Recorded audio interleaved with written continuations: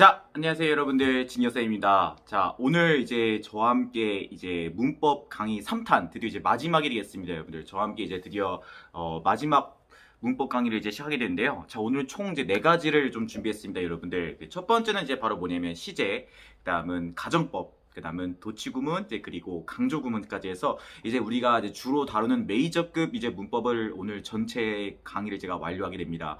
그래서 여러분들 제가 이렇게 문법 강의를 찍는 이유는 아시죠?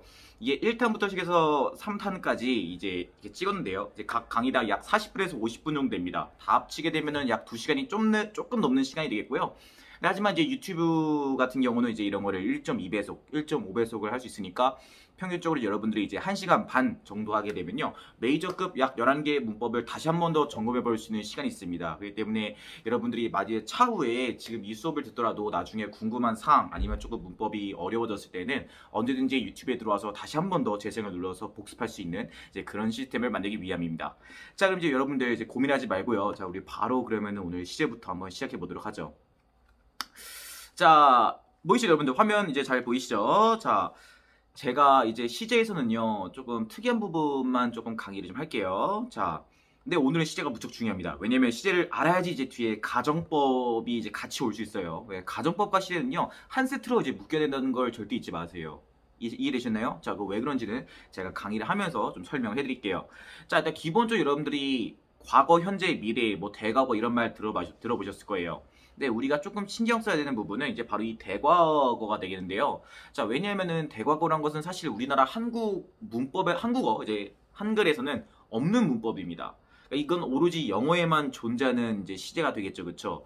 그래서 기본적으로요 영어는 총 4가지의 시제를 갖고 있습니다. 기본적으로 4가지의 시제가 있어요. 그래서 대과거, 과거, 현재, 이제 미래가 있다라는 걸 이제 아시면 되겠는데요. 거기 플러스 여러분들이 한 가지 오늘 더 아셔야 되는 건 바로 뭐냐면 완료 시제입니다. 이 보면은 또 완료 시제가 보이시죠? 이 완료라는 시제도요 사실은 우리나라 말에는 없는 문법입니다. 이것도 영어만의 특수한 문법이기 때문에 이제 기본적으로 이제 내신이라던가 이제 수능, 모의고사가 좋아하는 것들은 총 이 2가지입니다. 하나는 바로 뭐냐면 대과거, 또 하나는 바로 뭐냐면 완료 시제. 왜냐면 이 2가지는 한국어에 없는 영어만의 스페시픽 특수한 문법이기 때문에 역시 출제가 많이 될 수밖에 없어요.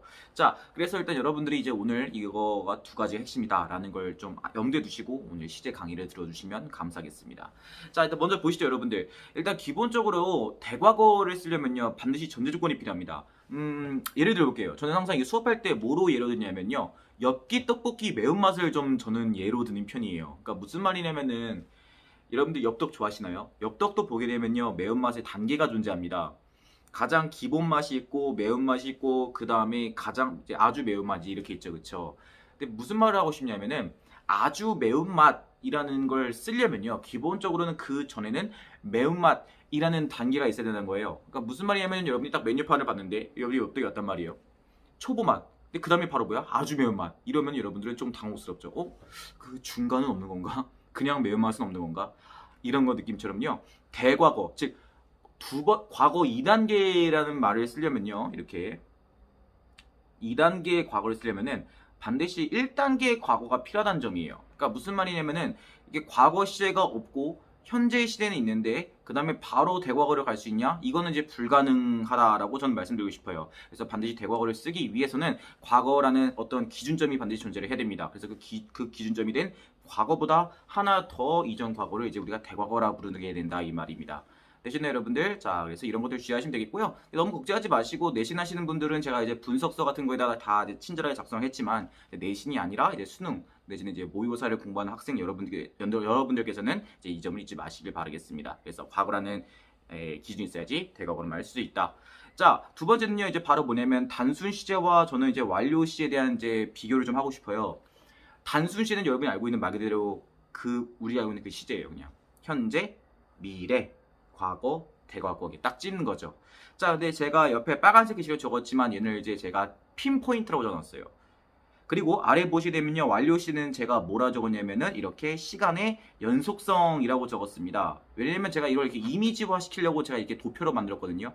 지금 보이면 알다시피 단순 시제는 뭔가 이게 딱 이게 네모나게서 그냥 딱 단순 시제라고 박혀 있고 완료 시를 보게 되면 이렇게 화살표로 이렇게 쭉 그어져 있죠. 맞습니다. 이런 이미지를 여러분들이 가져가시면 되게 좋을 것 같아요. 단순시는요, 말 그대로 딱 집어야 돼요. 이해되시나요? 제 생일이 2월 15일이에요. 그러니까 15th February가 되겠죠. 그렇죠? 그러면 이 경우는요. 정확히 단순시를 써야 돼요. 왜냐면 2월 15일을 콕 집었기 때문에. 근데 예를 들자면 제가 지금 영어 강사 생활한 지 이제 7, 8년 됐단 말이에요. 그럼 제가 2014년도에 제가 강의를 시작했거든요. 그럼 제가 이렇게 말할 수 있는 거예요. Since 2013, 알겠어? 그래서 I've been teaching English for my students 이렇게 쓰게 돼서 제가 이렇게 시간의 연속성 확보해줬을 때 2014년 이래로 쭉이라는 약간 연속성을 확보할 때는 기본적으로 완료시를 써야 된다는 겁니다.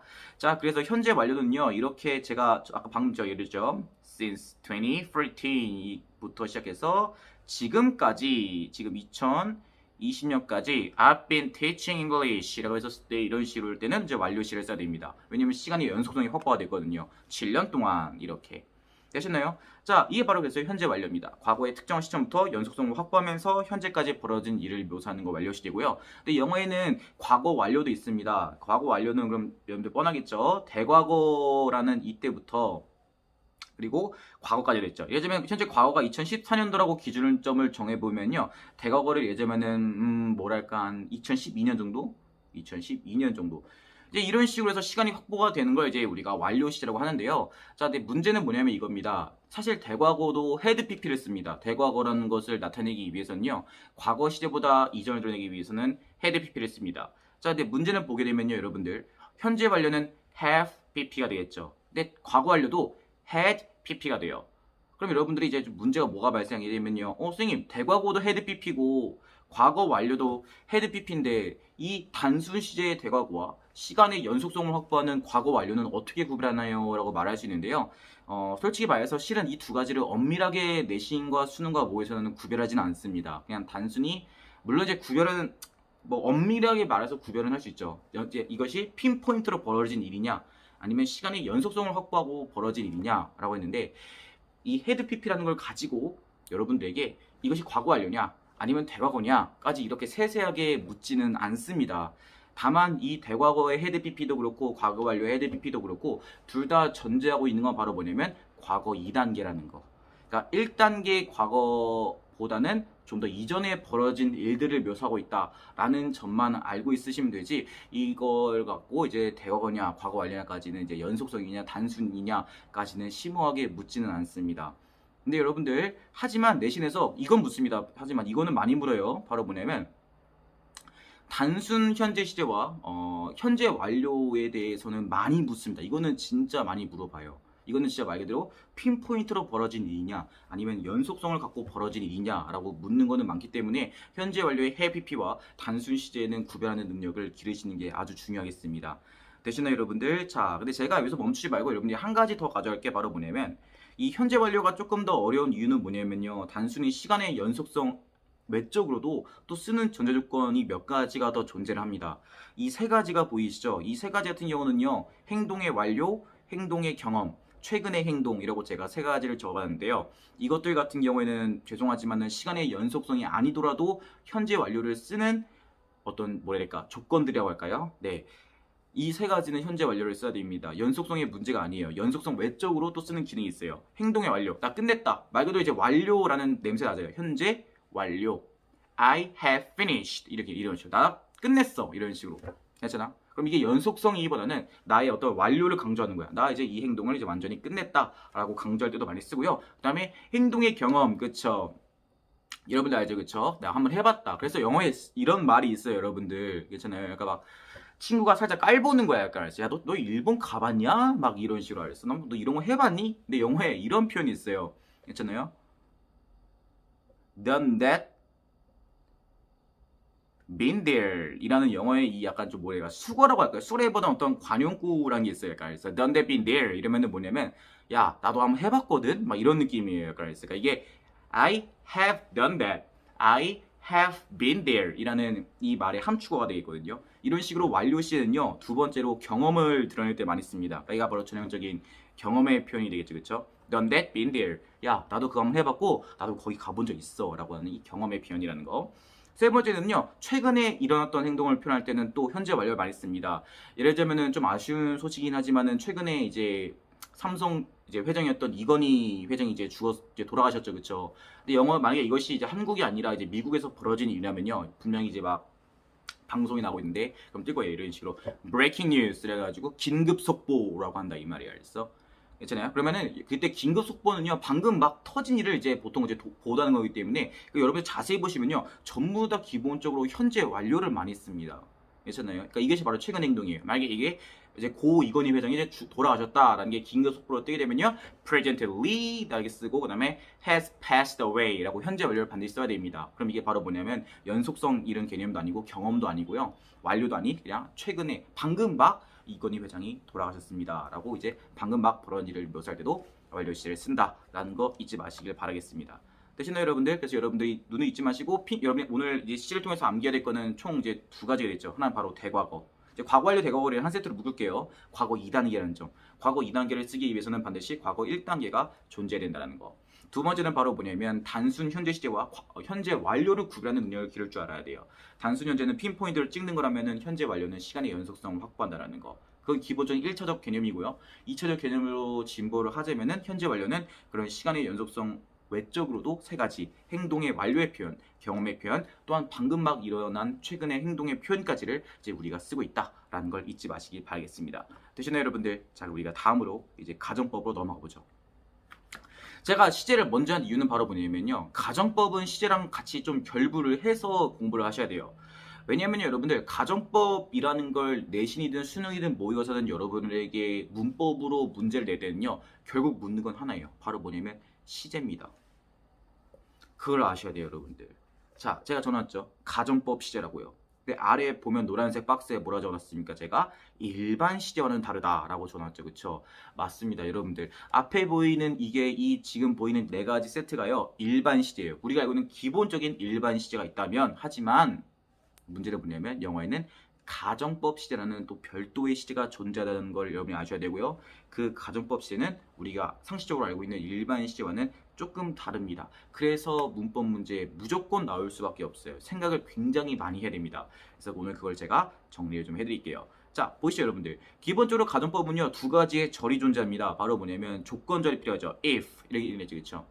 괜찮아요? if가 필요해요. 만약 내가 뭐뭐라면, 만약 그가 뭐뭐라면 이라는 조건절이라는 if 부사절이 필요합니다. 그렇죠? 근데 그런 조건절을 통해서 나오는 결과가 있죠.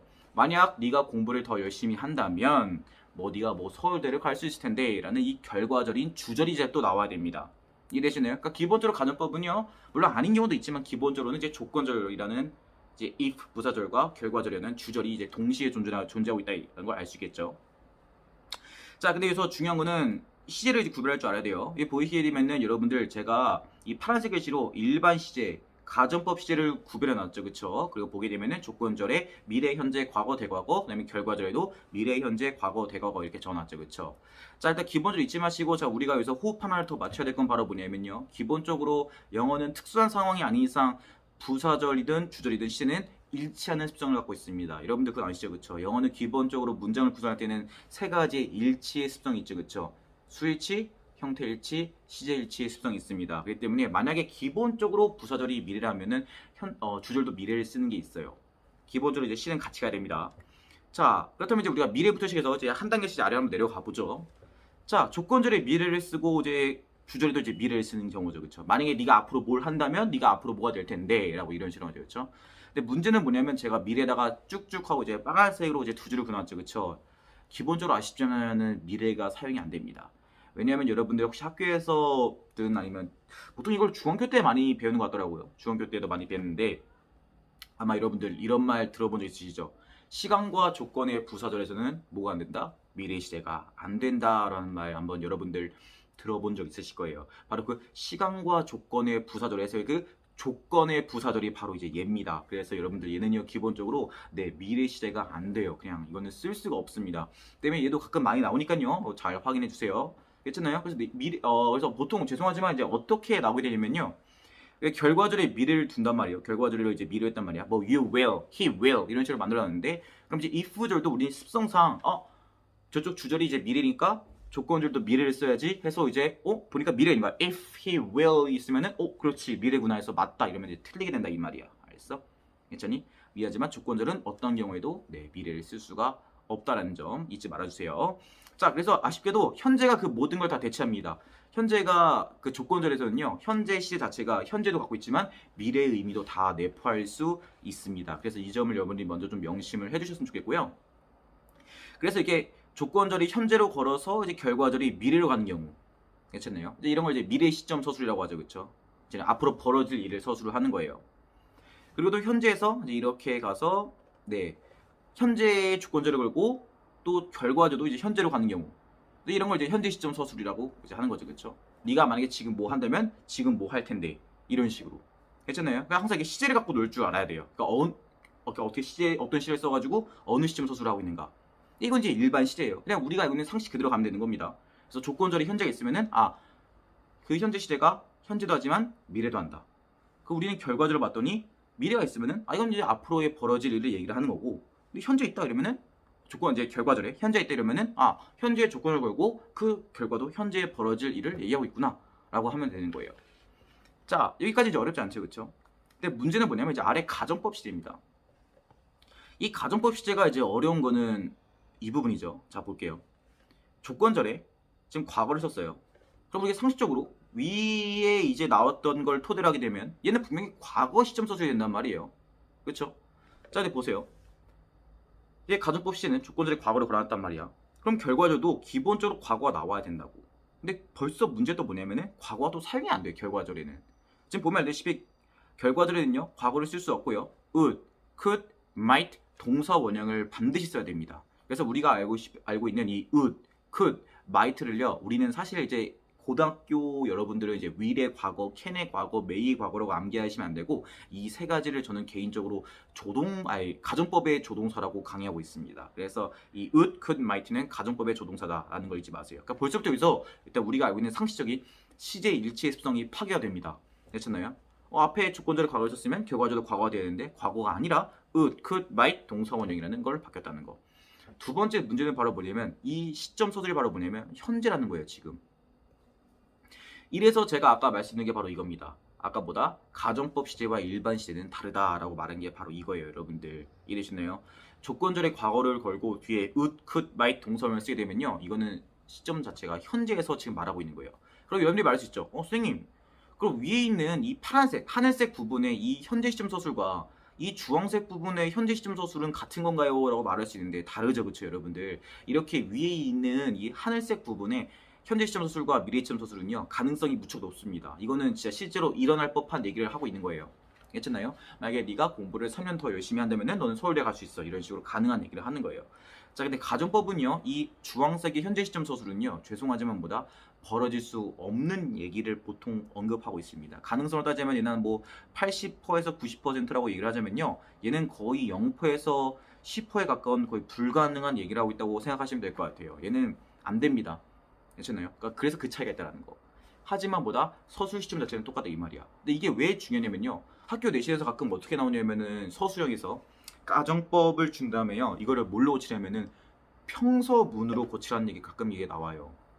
이랬어요. 그러니까 예를 들면 여러분들에게 이게 가정법 과거, 이게 조건절의 과거를 걸어두고 이렇게 might 동사원을 썼다 이 말이 알았어. 이런 가정법을 주신 다음에 이거를 평서문으로 고치시오라고 나온다 이 말이 알았어. 그럼 여러분이 평서문으로 고칠 때에는 시제를 반드시 뭘로 바꿔야 된다? 가정법의 시제가 물론 비록 과거라고 적혀 있지만은 여러분들이 평서문으로 돌릴 때라는 거. 즉 평서문으로 돌린다는 것은 일반 시제로 돌린다는 걸 이해하는 거거든요. 그럴 때는 바로 뭘 써야 된다? 현재 시제를 써야 된다는 거죠. 그렇죠? 그러니까 이게 어려운 거예요. 이해되셨나요? 그래서 여러분들이 아시겠지만 지금 이 공식을 이제 학교에서는 가정법 과거라고 부르죠. 그렇죠? 가정법 과거라고 불러요. 하지만 잊지 마세요. 가정법 시제와 일반 시제는 다르다. 가정법 과거, 이름에 과거라고 들어있지만 일반 시제, 즉 서술 시점 자체는 언제다? 현재라는 거. 그다음에 여러분이 얘를 평서문으로 고칠 때, 가정법 과거의 이 문장을 평서문으로 고칠 때에는 반드시 현재 시제로 고쳐야 된다는 점을 절대 잊으시면 안 되겠습니다. 되시나요, 여러분들? 좋습니다. 자, 그 다음은 대과거로 가보죠. 대과거는 아까 우리 배웠지만 이걸 이제 헤드, PP를 써야 된다는 거죠, 그렇죠? 그래서 이제 if 다음에 뭐 you had pp, he had pp 이런 식으로 해서 대과를 썼다 이 말이야. 자, 그럼 우리가 상식적으로 시제 일치의 습성이 있다라면은 뒤에 결과절에는 대과를 써야 되겠지만 역시나 말했지만은 가정법은 특수하게도 이런 모든 시제 일치의 습성을 파괴합니다. 그래서 뭘 썼냐면은 would, could, might, have pp라는 또 특수한 또 시제를 쓰게 되죠, 그렇죠? 그래서 이 would, could, might 또 가정법의 조동사를 쓰고 그다음에 have pp를 쓰는 아주 특이한 형태를 취하게 됩니다. 이런 걸 이제 우리가 가정법 대과거라고 부르게 되는데요. 가정법 과거 완료 죄송합니다. 가정법 이제 과거 완료라고 부르게 되는데 얘도 보세요. 가정법 과거 완료 대과거 아까 말했지만 이 앞에 보게 되면은 내가 과거 2단계라고 표현했어요. 과거보다 하나 더 과거라고 했는데 지금 이 서술 시점을 보게 되면은 그냥 과거가 되겠습니다. 이것도 그래서 아셔야 되는 거예요. 이해되시나요? 그래서 오늘 정리를 하자면은 가정법 시는 일반 시제보다 한 단계 더 밀려나 있다라는 걸 잊지 마세요. 즉 가정법 과거는 결국 현재를 언급하고 싶은 거고 가정법 과거 완료는 과거를 언급하고 싶은 거다라고 말하고 싶은 거고요. 이 역시 과거 시점 서술은요.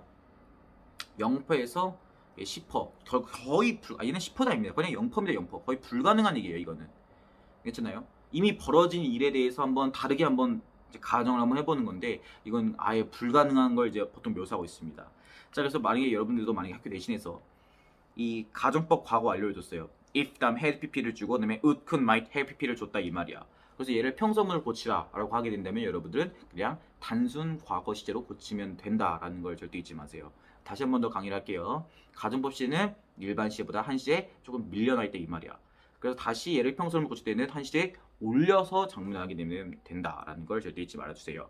자, 그리고 마지막으로 조금 더 심화를 시키자면요. 여러분들 혼합 가정법이라는 게 있어요. 제가 이렇게 도표식으로 만든 이유는 뭐냐면 이런 식으로 가끔 혼합 가정법이라는 특수한 문법이 나오기 때문에 제가 이렇게 정리를 한 거예요. 혼합 가정법은 뭐냐면요. 조건절을 일단 대과거로 가는 거예요. 헤드 pp로 가고 그 다음에 일어나는 결과절을 이렇게 가정법 과거에 있는 으크 마이 동사 원형을 쓰는 거예요. 그럼 제가 이렇게 도식으로 한 이유는 뭐냐면 보세요. 그렇다는 거는 일단 이 조건 자체는 언제 일어난 거냐면 과거 시점 서술에서 한 거예요. 과거 시점 서술에서. 괜찮네요. 만약에 내가 여자애로 태어났더라면 이런 식으로 저는 이제 남성이죠. 근데 조건을 걷는 거예요. 내가 만약에 태어날 때 여자애로 태어났다면 30년 전에 내가 여자애로 태어났더라면 이라고 하는 거죠. 그렇죠? 근데 그 다음에 벌어질 일, 그 다음에 벌어질 일의 이 결과는 어느 시점 서술이 된다? 현재 시점 서술이 된다 이 말이야. 그래서 그러면 내가 지금 어쩌면 가정을 꾸리고 있을지도 모르겠다라고 이런 식으로 이제 우리가 작문을 할 수가 있는 거예요. 이런 식으로. 그래서 조건 자체는 과거에서 벌어진 일을 조건을 걸지만 그에 의해서 벌어진 결과는 현재에서 언급할 경우에는 이런 걸 이제 현재에서 일어난다. 이런 걸 이제 우리가 혼합 가정법이라고 합니다. 그래서 제가 이런 식으로 제가 그래프, 도표화로 한 이유는 뭐냐면 여러분들이 혼합 가정법에 대한 이해, 가정법에 대한 이해를 좀 더 촉구시키기 위함입니다. 되셨나요, 여러분들? 네, 그래서 여러분들이 이 도표를 잘 항상 암기해 주시면요 전 너무 감사할 것 같아요. 그럼 여러분들이 진짜 아마 가정법도 이런 거 진짜 하나도 안 어렵게 저는 암기할 수 있을 거라고 감히 단언을 합니다. 되시나요 여러분들? 네, 그래서 여러분들이 꼭 이런 거 유튜브를 보는 사람들은 이제 스크린샷을 찍든 아니면 제가 이제 제 시제 수강생들은 제가 이제 프린트로 이제 나눠주겠죠, 그렇죠? 그러니까 이런 거 하나 들고 다니면서 그냥 암기하세요. 암기하고 그냥 항상 눈에 익히고 다니시고 약간 했어. 괜찮아요 여러분들? 자, 그래서 마지막으로 정리하자면은 뭐다? 가정법 시제는 일반 시제와 다르다. 그래서 가정법 시제는 일반 시제보다는 한 시제 조금 밀려나 있다는 거. 가정법 과거는 현재에 대한 얘기. 물론 현재 거의 불가능에 가까운 얘기를 한다는 거고 가정법 과거 완료. 즉 과거 2단계는 그 위에 그냥 단순 과거 1단계에 대한 얘기를 하고 있다는 거. 물론 불가능한 얘기는 하지만. 이해되시죠 여러분들? 좋습니다. 자, 그럼 다음 넘어가 보죠. 자, 그 다음으로 이제 드디어 도치구문이 되겠습니다. 도치구문 이제 고등학교 1학년 2학기 때부터 시작해서 이제 2학년에 걸쳐서는 정말 아주 빈번하게 나오는 거죠, 그렇죠? 거의 도치구문은 내신뿐만 아니라 수능 모의고사 가리지 않고 나오는 아주 단골 손님이 되겠습니다. 자, 근데 보시죠. 이거 여러분들 이거 보니까 옛날 생각 나죠, 그쵸? 이거 제가 문법 강의 1탄 때 제가 그 올렸던 영어의 그 오형식 구조를 제가 처음 설명할 때 썼던 그거를 이제 그대로 거의 따왔습니다. 그러니까 제가 그래서 말씀드린 게 뭐냐면은 제가 1탄에서 이렇게 영어가 왜 도대체 1형식부터 5형식까지를 이제 이렇게 제가 문장을 이런 식으로 도식화시켜서 암기를 시킨 이유는 뭐냐면 꼭 5형식이라는 것이 그냥 단순히 문장의 형태만을 암기하는 게 아닙니다. 이런 식으로 도치구문도요 각 1형식이냐 2형식이냐 3형식이냐 4, 5형식에 따라서 도치구문의 공식이 달라집니다. 그래서 제가 자꾸 여러분들에게 동사별로 1형식, 5형식을 암기를 해서 그래서 머릿속에서 이 1형식부터 5형식까지 이 구조를 도식화할 줄 알아야 된다고 제가 강조한 이유가 바로 이겁니다, 여러분들. 되셨나요? 도치구문도 형식에 따라 다르진다라는 거. 자, 가보죠. 1형식 동사는요. 지금 1형식 문장이죠. 도치의 공식이 어떻게 되냐면요. 주어랑 뒤에 오는 부사랑 이제 바뀌게 됩니다. 대표적인 얘기가 바로 뭐냐면 여러분들이 가장 많이 보는 there 구문이에요. There is, there are 이런 거는 전부 다 도치 구문이에요. 왜냐면 there이라는 거는 거기, 그곳 이라는 부사거든요. 자, 근데 여기서 여러분들이 알아야 될 캐치 포인트는 이거예요. 그럼 이제 얘가 자리가 바뀔 거 아니에요. 그러면 이제 부사가 이제 일로 가고 주어가 일로 빠지라는 거죠, 그렇죠? 그러면 이제 1형식의 이제 도치 구문에서 여러분들이 암기해야 될 건 딱 하나예요. 바로 뭐냐면 수일치를 어디로 간다? 뒤로 간다라는 거예요. 그러니까 이것만 암기하시면 거의 될 것 같아요. 그렇잖아요, 여러분들. 그래서 1형식은 이제 부사랑 주어랑 자리가 바뀐다. 그래서 수일치 자체를 뒤로 봐야 된다. 앞이 아니라 라는 걸 여러분이 아시면 되겠습니다. 자, 두 번째 바로 가보죠, 여러분들. 이 형식은요, 네, 부사가 이번엔 이제 부사가 아니에요. 보어랑 주어랑 이제 이렇게 자리가 바뀝니다. 그럼 이제 보어가 앞으로 빠지고 주어가 이제 빠지겠죠, 그렇죠? 여기서 암기할 포인트는 두 가지예요. 수일치는 일단 얘도 똑같이 뒤로 봐야 돼요. 수일치를 이제 뒤로 봐야 된다는 거. 두 번째는 이 보어 자리예요. 제가 이거 저번에 1턴 때도 설명했지만 이 보어 자리는요, 들어갈 것이 명백합니다. 바로 뭐냐면은 명사, 형용사는 이제 가능한데 이제 문제는 뭐냐면 이제 부사가 안 된다라는 걸 제가 한번 언급했던 거 기억나시죠? 그쵸? 부사가 안 돼요. 그러니까 도치구문 때 주의해야 될 건 바로 뭐냐면요, 이런 식으로 도치구문인 걸 모르는 거예요, 여러분들이. 그럼 이제 어떻게 학교에서 내냐면요, 이렇게 된 거예요. 부사 나오고 이형식 동사 나오고 주어를 딱 내는 거예요. 근데 많은 학생들이 이 도치구문이라는 걸 모르게 되면, 그러니까 이 형식의 도치구문이라는 걸 모르게 되면요, 그냥 보고 보고 그냥 넘어가는 거예요. 부사, 동사, 주어, 뭐지? 이거 넘어가 버려. 이러면 안 된다 이 말이야, 알았어? 괜찮아? 그 제가 자꾸 동사별 형식 암기하려는 건 바로 그런 거예요. 이 형식 동사를 파악을 하고 먼저 주어가 뒤로 갔네. 그럼 그 다음 생각할 건 바로 뭐냐면, 그럼 보어가 앞으로 튀어났구나. 보어하고 주어가 자리가 바뀌었구나 라는 걸 생각을 한 다음에 그 다음 생각할 건 뭐냐면, 그렇다면 얘가 원래 보어라는 거 아니야? 근데 어떻게 부사를 쓸 수 있지? 틀렸네. 이런 식으로 발상을 할 수 있어야 된다 이 말이야. 어떻게? 동사를 보고. 그래서 제가 자꾸 동사를 암기할 때 형식까지 암기하라는 이유는 뭐냐면, 단순히 문장 구조에 대한 예측도 있지만, 이것이 앞으로 몇 형식으로 정리될 건가에 대한 예측도 있지만, 이렇게 우리가 바로 뭐 할 수 있다? 네, 도치구문을 빨리 눈치챌 수 있는 아주 좋은 힌트가 될 수도 있습니다. 자, 그 다음 3형식 보죠. 3형식은요, 네, 목적어랑 주어랑 이게 자리가 보통 바뀝니다. 되시나요? 이 포인트는 바로 뭐냐면은 이제 목적어가 앞으로 빠지고 이제 주어가 빠지겠죠, 그렇죠? 그렇잖아요, 여러분들. 그래서 얘도 똑같이 뭐다? 수일치를 이제 뒤로 가야 된다라는 걸 절대 잊지 마시길 바라겠습니다. 자, 되시나요? 여기까지는. 자, 그 다음 4, 5형식은요, 네, 고맙게도 얘는 주어하고 이제 바뀌는 게 아니라 이 지네들끼리 바뀌어요. 지네들끼리 이렇게 A, B가 이제 바뀐다라는 걸 이제 아셔야 되겠는데요. 자, 여기서는 조금 이제 우리가 알아야 될 포인트가 있어요. 괜찮나요? 그러니까 1, 2, 3까지는 여러분들 이해되셨죠? 그쵸? 그러니까 저는 1하고 1, 2, 3 기본적으로 주어가 바뀌는 거기 때문에 수일치 뒤로 봐야 된다라는 거는 똑같이 이제 이해가 됐을 거고요. 중요한 건 이제 2형식. 저는 이제 좀 개인적으로 2형식 동사가 좀 어려운 것 같아요. 그래서 보어가 앞으로 빠지니까 보어는 또 명사, 형용사만 가능하니까 부사는 안 된다라는 이제 이런 걸 아셔야 되고요.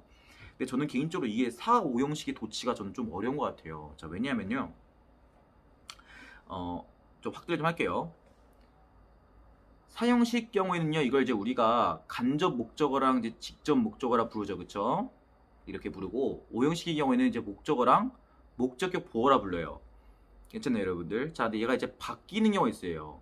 자, 대표적으로 여러분들 뭐가 있냐면요, give를 볼게요. give는요, 기본적으로 누구누구에게 뭐뭐를 주다예요. 그렇기 때문에 사람이 반드시 먼저 와야 되고, 그 다음에 반드시 이제 물건이 오는 게 습성이 되겠습니다. give는. 그래서 give you a special present 이런 식으로 써야 된다 이 말이야. 근데 가끔 이거 어떻게 되냐면 도치가 돼요. 이런 식으로 자리가. 그럼 근데 문제는 뭐냐면 이때 여러분들이 그냥 그렇다면 도치에서 그 결과가 give 다음에 물건 나오고 사람 나오고 끝이냐? 그게 아니라는 거예요. 이때는 좀 살짝 바뀝니다. 어떻게 바뀌냐면요.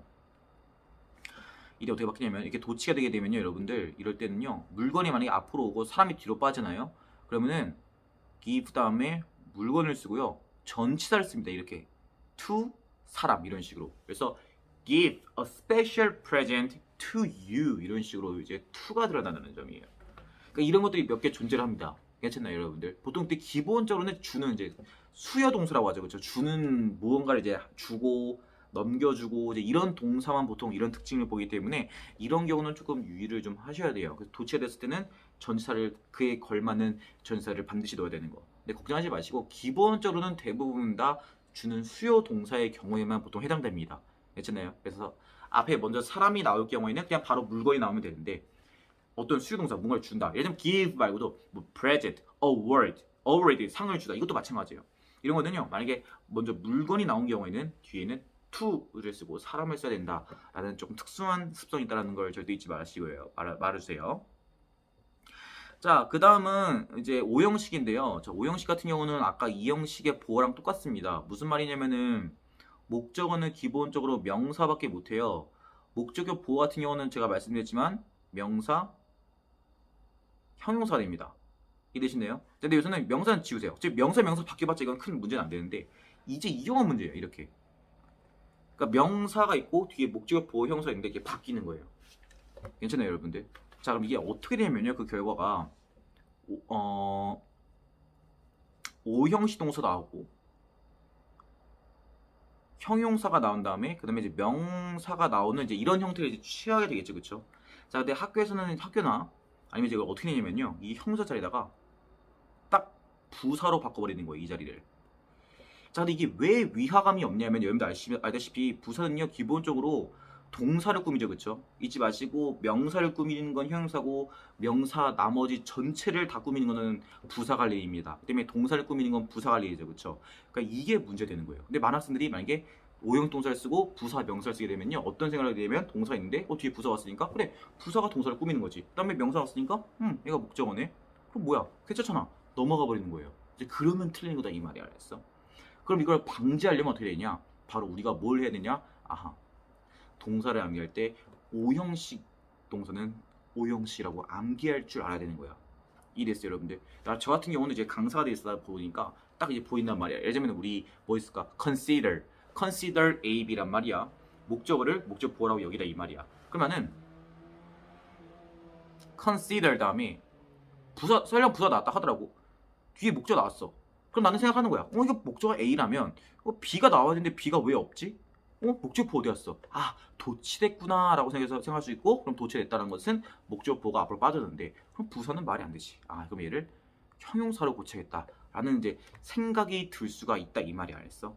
그러니까 무슨 말인지 알겠지? 그 때문에 제가 여러분들한테 자꾸 이 형식을 이제 암기하라고 제가 강의한 이유는 뭐냐면 단순히 그냥 문장의 구조만을 이제 우리가 예측하는 걸 떠나서 이렇게 도치구문을 이제 봤을 때 내가 뭐가 틀렸고 뭐가 있어야 되고 뭐가 안 된다라는 걸 이제 우리가 알 수가 있다라는 거야.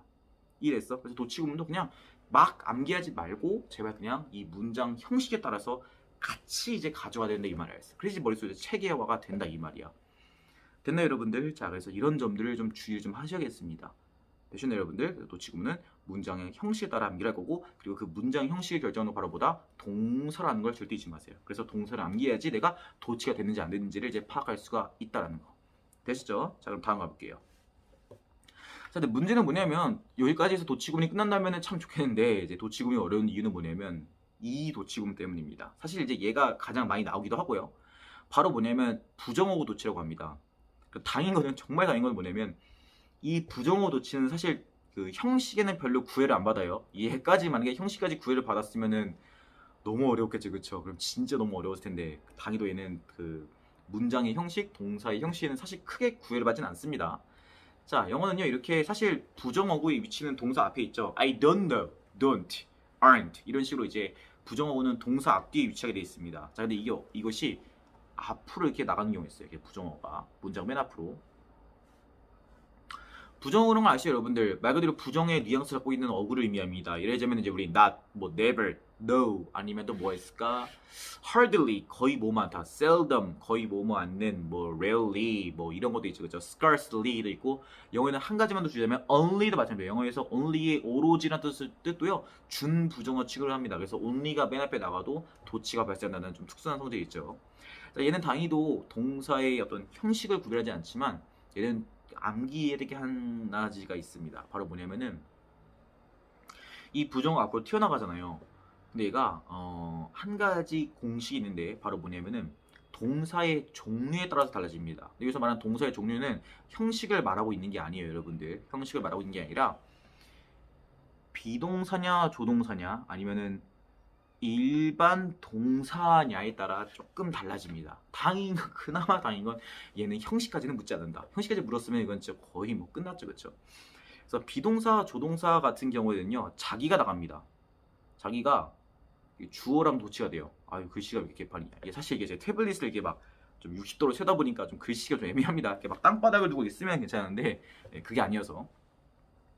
그러니까 무슨 말이냐면은 만약에 비동사가 주어 비동사 있으면은 부정어 나왔다. 그럼 비동사하고 주어가 그냥 이렇게 같이 체인지하면 돼요.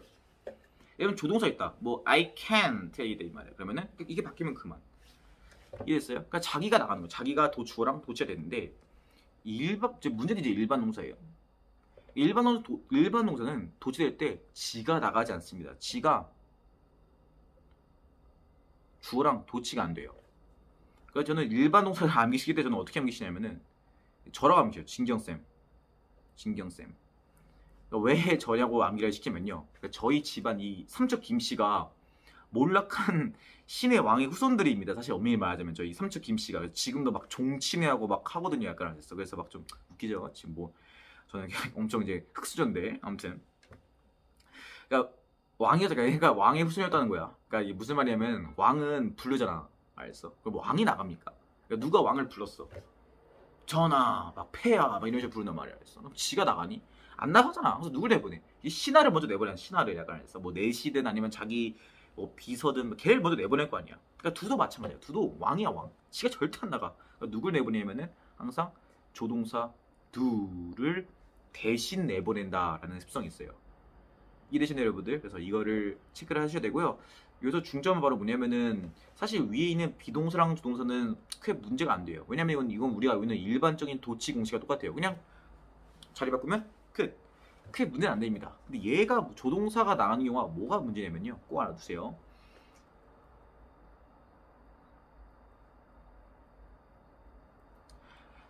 도치될 때 이 수일체고 시제는요, 이 조동사 두가 다 먹어버립니다. 만약에 과거였으면은 네가 돼서 앞으로 나가게 되고요. 수일체에서 원래 주어가 he라는 3인칭 단수였으면요, the가 돼서 앞으로 나가게 됩니다. 그래서 뒤에 오는 일반 동사는요, 우리가 그 원래 일반 동사 왕 진경쌤은 뭐가 되냐면은 원형으로 바뀌어야 됩니다. 원형으로. 그러니까 이게 조금 어려워요. 이해되시나요, 여러분들? 그래서 도치가 돼서 조동사 두라는 이제 노예가 이제 뭐 내시가 됐든 비서가 됐든 노예가 나가게 되는 순간 그 노예가 모든 수일치와 시제를 먹고 나간다. 그래서 뒤에 오는 일반 동사는 그냥 원형으로 바꿔서 된다라는 점을 절대 잊지 말아주세요. 이해되시나요, 여러분들? 그래서 보통 낼 때 어떻게 되냐면요, 뒤에 치사하게 만약에 히라고 가져볼게요. 히라고 가져있으면요, 앞에 does가 돼서 이미 수일치를 먹고 나왔단 말이야. 근데 동사에다 또 뭘 붙이는 거야? s를 붙이는 거야. 예를 들면 he promotes 이런 식으로 s를 붙여버리는 거야. 그럼 이제 틀렸다 이 말이야. 했어. 괜찮아? 앞에 이미 수일치를 먹고 나왔기 때문에 뒤에는 그냥 원형을 써야 된다. 라는 이 특수성만 암기해야 된다면 이 부정어 도치는 사실 크게 어렵지는 않을 겁니다. 되시나요, 여러분들? 네, 그럼 다음 가보죠. 자, 마지막입니다. 자, 드디어 이제 마지막으로 왔네요. 얘는 기억나시죠? 여러분들 제 최초창기 이제 1탄 강의 때 썼던 처음에 명사, 형사, 동사 그 사자 강의할 때 썼던 그 뭐랄까 그 형태를 그대로 따왔습니다. 네. 수미상관 법칙을 하나요? 네, 아무튼 그 머리와 꼬리가 똑같다라는 수미상관의 법칙을 한번 그대로 한번 응용해봤습니다. 네, 결국 마지막은 강조구문으로 끝나는데요. 마지막은 또 역시 우리 사로 끝납니다. 그래서 제가 여러분들 이제 1, 2, 3탄을 계속 이제 여러분들 보셨겠지만은 그 1탄에서 저희가 학습했던 어떤 사자 처리하는 법, 구가 뭐고 절이 뭐고 그 절이라는 것의 어떤 1형식부터 5형식을 제가 먼저 베이스로 깔고 그 다음에 이제 문법을 전개했잖아요, 그렇죠? 그런 것들이 왜 먼저 1탄에 강의를 해야 되냐면은 이 모든 영어의 문법들은 제가 말씀드렸지만은 구와 절을 갖고 놀 줄 알아야 되고 사례를 갖고 놀 줄 알아야 되고 형식을 갖고 놀 줄 알아야지 나한테 묻는 게 뭐고 내가 문법이라는 것에서 해방될 수가 있는 거예요. 무슨 말인지 아셨죠, 그렇죠? 그러니까 저도 결국 마지막에 이제 돌아온 이유는 뭐냐면 이 강조 구문이라는 것도 결국은 사자에서 절대 벗어날 수가 없다라고 저는 마지막으로 또 외치고 싶은 거예요. 지금까지 봤던 모든 영어의 문법들은 절대 여기서 벗어나지 못합니다. 그래서 먼저 이 1탄에서 잘 기본기를 까셔야지 네, 다음 모든 문법이 다 수월하게 갈 수가 있는 거예요.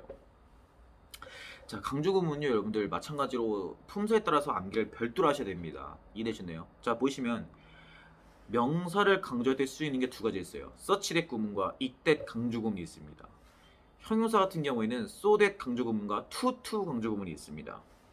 부사를 강조할 때도 역시 so that 강조구문, to 구문, it that 강조구문이 있죠. 이런 식으로 미안하지만 이건 암기를 하셔야 됩니다. 왜냐하면 이렇게 되는 거예요. 지금 보면 알겠지만 형용사하고 부사는 so that 강조구문이란 말이에요. 근데 학교에서 어떻게 했냐면은 형용사, 부사 앞에다가 뭘 넣는 거야? 이렇게 such 이렇게 넣는 거야. 그럼 이거 뭐야? 틀린 게 된다는 거죠. 우리가 알 수 있는 거야. 왜냐면은 such that 구문은 명사의 강조지 형용사, 부사의 강조가 아니거든. 반대로 이때 강조 구문은 이제 보통 중학생 지금 저희가 현재 중3 애들 우리 베이비들 이제 마지막 2회고사 하고 있는데 이거 지금 이때 강조 구문 내신에 나오고 있거든요. 그럼 거기에 뭐라 적혀있냐면은 다음 딱 그 동사에 딱 밑줄친 다음에 다음 부분에서 이때 강조문을 강조할 수 없는 것은 이렇게 묻더라고요. 실제로 그 변형 문제에서. 그러니까 이때 강조문을 보시면 알다시피 명사하고 부사는 돼. 근데 뭐가 안 되냐? 형용사가 안 되고 동사가 안 되는 거야. 그럼 뭐냐면 동사가 딱 이제 안 되게 된다라고 이제 우리가 밑줄을 쳐야 된다는 걸 알 수 있지, 그렇죠? 네, 이런 식으로 괜찮아요. 그래서 이때 강조문은 미안하지만 부사고 명사밖에 안 된다. 하지만 형용사와 동사는 강조할 수가 없다라는 거. 그래서 이제 이때 강조문을 이제 뭐 만들라 아니면은 틀렸다라는 거 판단할 때는 이 품사를 알아야 된다는 거. 되셨나요, 여러분들? 자, 그리고 동사 같은 경우는 네, 여러분 많이 알고 계시죠? 강조의 두라는 건 네, 우리가 왜 도대체 강조의 두를 암기할까? 네, 이건 바로 뭐냐면 동사의 강조구문이기 때문입니다. 하지만 동사는 다행히도 강조의 두 말고는요 따로 암기할 사항이 없다는 게 되겠죠, 그렇죠?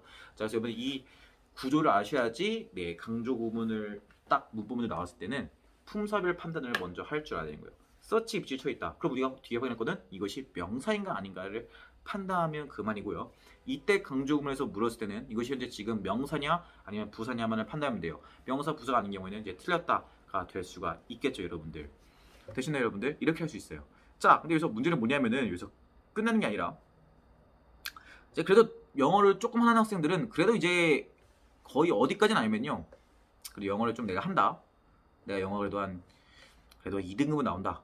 내신든 이런 걸 하게 되면요. 보통 이건 또 알고 이것도 알고 이것도 알고 이것도 알고 이것도 알고 여기까지는 알더라고요. 좀 사자 정리만 좀 해주면 이제 바로 똑똑하니까 금방 알아두더라고요.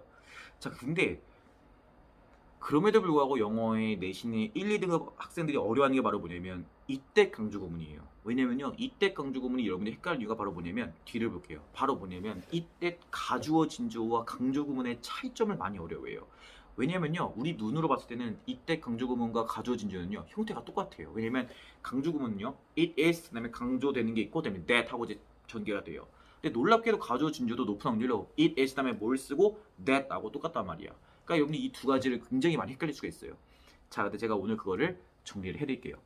자, 여러분들 이때 강조구문은요 뭘 아셔야 되냐면요 기다려 봐세요. 얘는 울타리예요. 그러니까 무슨 말이냐면은 여기 보시는 이 it is 물론 이제 is는 시에 따라 달라지겠지만 that 이게 있죠.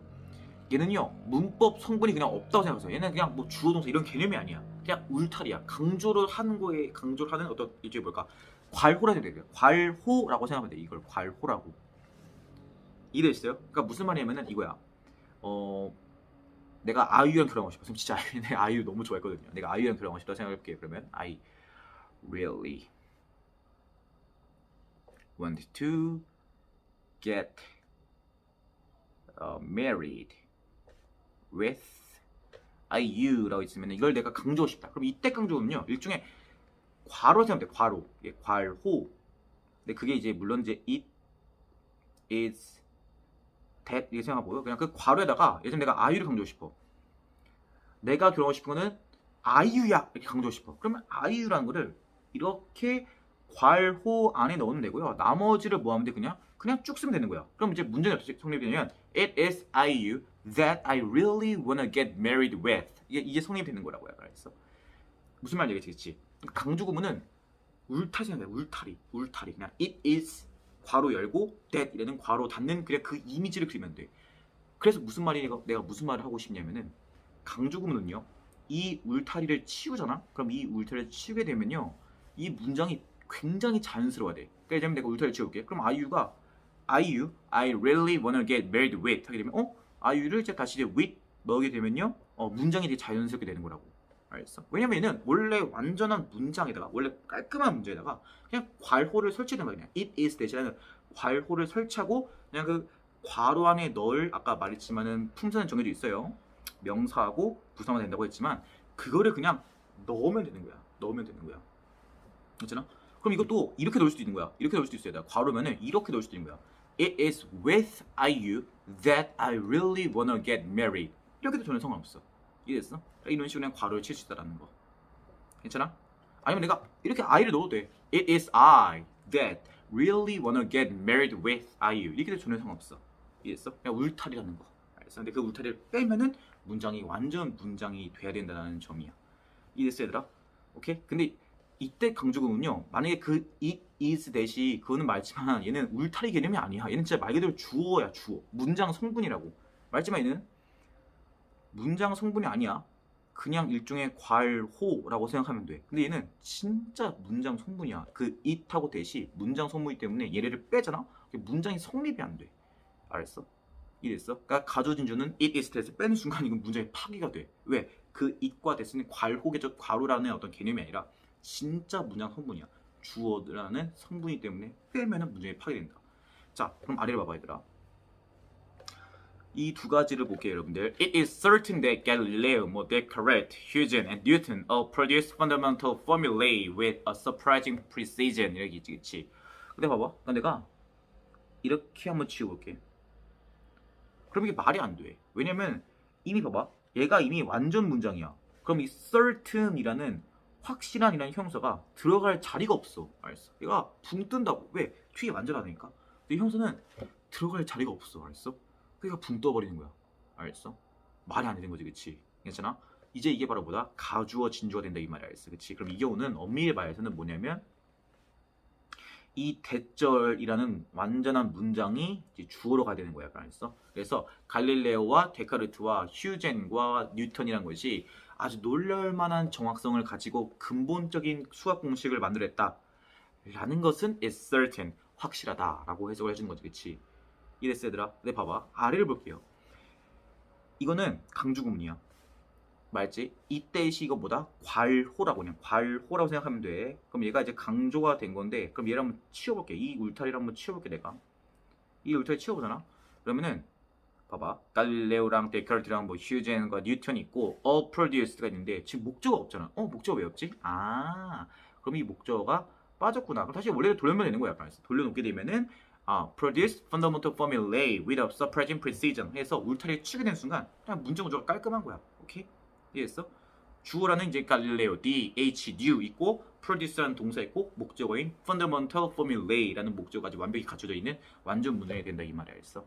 이래니들아. 그다음에 이때 가조진주어와 강조구문의 구별법은 바로 이겁니다. 알았어? 다시 한번 설명하자면 강조구문에서의 it과 that은요 필수 성분이야. 이건 진짜 문장의 성분이기 때문에 이걸 지우게 되면요 it is that을 지우는 순간 문장이 파괴가 돼. 알았어? 지금 보는 것처럼 it is that의 순간 certain이라는 형용사가 붕 떠버려서 뒤는 완전 문장인데 얘가 붕 떠버려서 문장이 파괴된다는 거. 이래니들아. 근데 아래를 보게 되면요 말했지만 강조구문의 it is that은요 뭐다? 울타리라는 괄호다. 얘는 문장 성분이 아니야. 그래서 그냥 괄호란 어떤 수식이야. 얘를 탁 치우게 되면요 문장이 완전해진다 라는 거. 이해되시나요 여러분들? 그래서 이거 이제 이때 강조구문은 이제 나오게 되면 보통 이런 식으로 많이 물으니까요. 가주어 진주어와 구별법 많이 물어봅니다. 그래서 이걸 통해서 여러분들이 오늘 좀 마스터를 했으면 좋겠네요. 자, 괜찮나요 여러분들? 자, 여기까지 해서 오늘 네. 이제 한번 개념을 오늘 한번 쭉 한번 학습을 해봤습니다. 저도 압니다. 고작 이거 하나 갖고 여러분들이 문법을 마스터할 수는 없어요. 이거 하나 갖고 모든 내신 문제를 막 주물르듯이 풀 수 있는 건 아닙니다. 또 이 개념적 설명과 또 실제 문제 푸는 건 또 많이 달라요. 해보면 알겠지만은 또 다른 영역입니다. 다만 근데 제가 오늘 이렇게 강의를 찍은 이유는 뭐냐면요. 이 영어의 문법 개념이라는 것이 여러분들 생각만큼 그렇게 어렵지 않다는 거예요. 그렇잖아요. 그러니까 여러분들이 사 처리를 잘할 줄 알고 구조를 왔다 갔다 할 수 있는 능력이 있고 그다음에 문장의 형식이라는 것을 지배할 수 있으면요. 경어의 모든 그냥 그 문법들은 그거에다 그냥 그거에 맞춰서 딱딱딱 정리돼서 일종의 뭐랄까 도식화, 체계화를 할 수 있는 게 굉장히 쉽더라고 저는 오늘 강의를 하고 싶은 거예요. 괜찮나요? 그래서 내가 나한테 묻는 포인트가 뭔지도 알 수 있는 거고요. 이해됐어요? 그래서 문법이 나왔을 때 나한테 이 사를 묻는 거구나. 얘는 지금 절인데 구로 바꿨을 때 이렇게 바꾸라는 거구나. 이해됐어요? 얘는 지금 이 형식인데 이 형식이면 뒤에 보니까 형용사고 명사가 되는데 부사가 왔네. 이런 식으로 이제 판단할 수 있는 힘이 생긴다는 거예요. 이해되시나요? 그래서 저는 항상 말하는 게 바로 뭐냐면 문법은 공식이라고 암기를 해요. 마찬가지예요. 수학도 수학 공식을 암기하게 되면요. 내가 딱 봤을 때 아, 이 공식 쓰라는 거네 해서 그 숫자를 더하면 정답이 나오는 거잖아요. 영어 문법도 마찬가지입니다. 괜찮아요? 내가 사 처리할 줄 알고 구절을 왔다 갔다 할 줄 알고 형식이라는 공식을 암게 되면요. 그냥 딱 보고 야 묻는 게 이거네. 품사를 지금 묻는 거네. 지금 명사가 들어갈 자리인데 부사가 왔으니까 틀렸다. 라는 판단이 될 수 있는 거고 지금 이 형식인데 그럼 뒤는 이제 보어가 와야되니까 명사 형사가 와야 되는데 부사가 될 수 없잖아. 이런 식으로 판단이 되는 거고요. 이랬네요 여러분들. 그래서 이런 것들 여러분들이 그런 공식화를 시키기 위한 강의이기 때문에요. 여러분들 언제든지 제가 유튜브를 찍은 이유는 여러분이 나중에 차후에 또 열심히 공부하시다가 이런 걸 또 헷갈리고 까먹었을 때쯤 좀 헷갈리는데 하실 때쯤 다시 한 번 더 이 유튜브를 보게 되면요 다시 머릿속에서 정리가 될 겁니다. 자, 대신에 여러분들, 네, 좋습니다. 자, 그럼 저는 이제 오늘 이제 여기까지 하고요. 네, 이제 이런 식으로 해서 이제 영어 기본 문법 강의는 이제 거의 끝났습니다. 나머지는 여러분들이 이걸 이제 응용해서 직접 이제 문제를 푸셔야 되고, 제 학생분들은 이제 이걸 통해서 이제 내신 문제를 푸시면 하면 되겠죠, 그쵸? 자, 네, 정말 수고 많으셨고, 저희 이걸 이제 토대로 삼아서요. 2020년 겨울방학에 이제 2021년이 되겠죠. 1, 2월 달에는 네, 문법 이제 내신 문법 강의를 합니다. 이 공식화를 기초로 삼아서 어떻게 하면 내신 문법 문제를 풀 수 있는지 제가 2018년부터 시작해서 2020년도까지의 모든 내신 시험지에서 문법 문제를 뽑아온 기출 문제가 있어요. 3기는치 모든 교과서 메이저급 부교재에 있는 문제만을 모아놨습니다. 문장 단위로요. 그래서 여러분들 그거 한번 특강 때 그런 걸 실제로 한번 정해봐서 한번 팍팍 네, 얼마나 쉬운지를 보여주는 네, 그런 강의를 이제 가지려고 합니다. 그래서 이번 올해 2020년 특강도 기대해 주시고요. 네, 조만간 그거에 대해서는 다시 한 번 더 공지사항을 알려드리도록 하겠습니다. 네, 그럼 저는 오늘 여기까지 하고 여러분들 오늘 정말 수고 많으셨습니다.